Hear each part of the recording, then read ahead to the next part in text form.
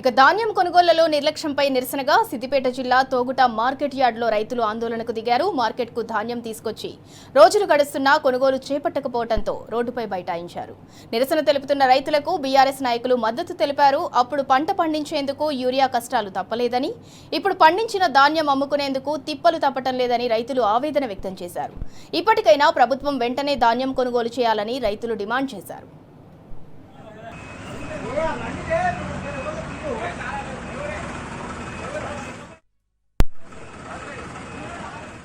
మరి నెల రోజుల మేము అంటే మేము ఎట్లా మరి మా పిల్లలు ఏంది మా కథ ఏంది చెప్పు. మేము పంట పండించి మేము ఇక్కడ వస్తే మాకు ఎట్లా కావాలి మరి మా బతుకులు ఎట్లా కావాలి? నెల రోజులు ఇన్నే తిరుగుతామా ఇన్నే ఉంటామా?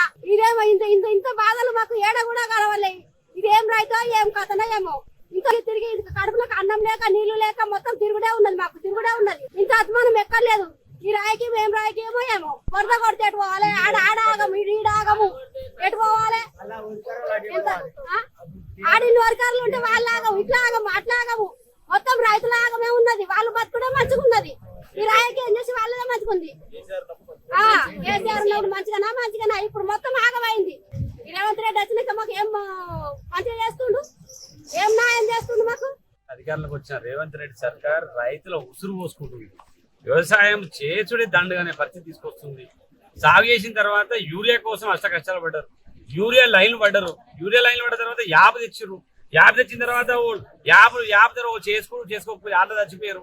ఎంత ఎండ కొడుతుంటే కూడా నీళ్లు కష్టపడి ఆయన మంటి నీళ్ళ పారబెట్టి పంట పండిస్తే పంట కూడా దిక్కు లేదు.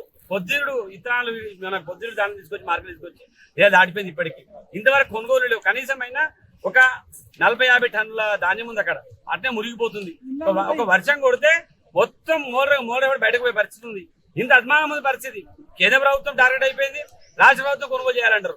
రాష్ట్ర ప్రభుత్వం గడిపిస్తుంది ఏమన్నా. మరి రైతుల గురించి మాట్లాడతారు. ఎలక్షన్లకు వస్తే వరంగల్ డిక్లరేషన్ అని చెప్తారు. నేను రైతు భరోసా ఇస్తాం, కేసీఆర్ రైతు బంధు ఇస్తుండే 5,000, ఇంకా 6,000 ఇస్తాం, 7,000 ఇస్తాం, మొత్తం మీరు రైతులకు ఇస్తాం, రైతు కూలీలకు ఇస్తాం, తర్వాత కౌలు రైతులు కూడా ఇస్తామని చెప్పి రైతు బంధు లేదు, ఇక్కడ కరెంటు చక్కా లేదు, పండించిన ధాన్యానికి మద్దతు ధర లేదు. ప్రభుత్వం ఇప్పటికైనా స్పందించాలి. ఇప్పటికైనా స్పందించి పొద్దుడు ధాన్యం వెంటనే కొనుగోలు చేయాలి. గతంలో కేసీఆర్ గవర్నమెంట్ ఉన్నప్పుడు కేసీఆర్ గారి అధ్యక్షతన జిల్లా మొత్తం సమీక్ష చేద్దరు.